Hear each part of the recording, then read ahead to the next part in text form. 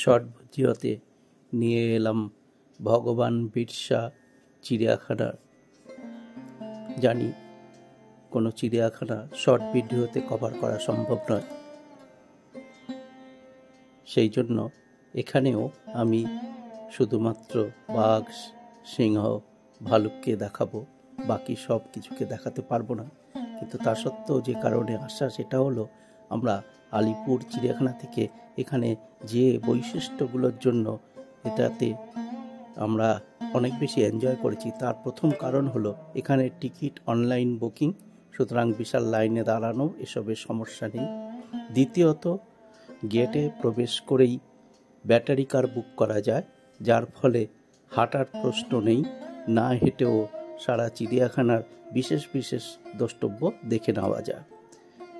3 নম্বরে, এই পুরো চিড়িয়াখানাটি শালবনের মধ্যে থাকার কারণে সব জায়গাতেই ছায়া বিরাজ করছে, সুতরাং আলিপুর চিড়িয়াখানার ওই তপ্ত রোদ সেটা এখানে সহ্য করতে হয় না।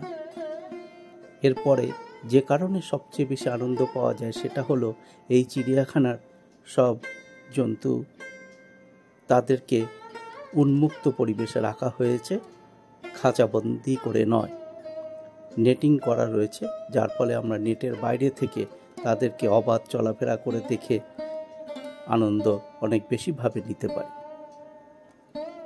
এছাড়া এখানে যেটা দেখেছি, সেখানে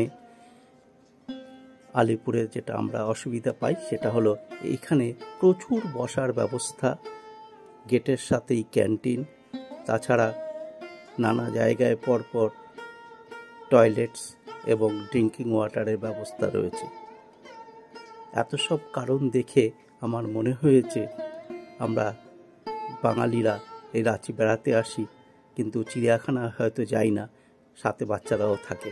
আমার মনে হয় বাচ্চারা সাথে থাকলে এখানকার চিড়িয়াখানাটা অতি অবশ্য তাদেরকে দেখালে তারা অনেক বেশি আনন্দিত হবে। আমরা ভালুকের বদমাইশি দেখছি, ছোট বাচ্চারাও রয়েছে। এটা দেখেই আমরা এই ছোট্ট শর্ট ভিডিওটা এখানে শেষ করব।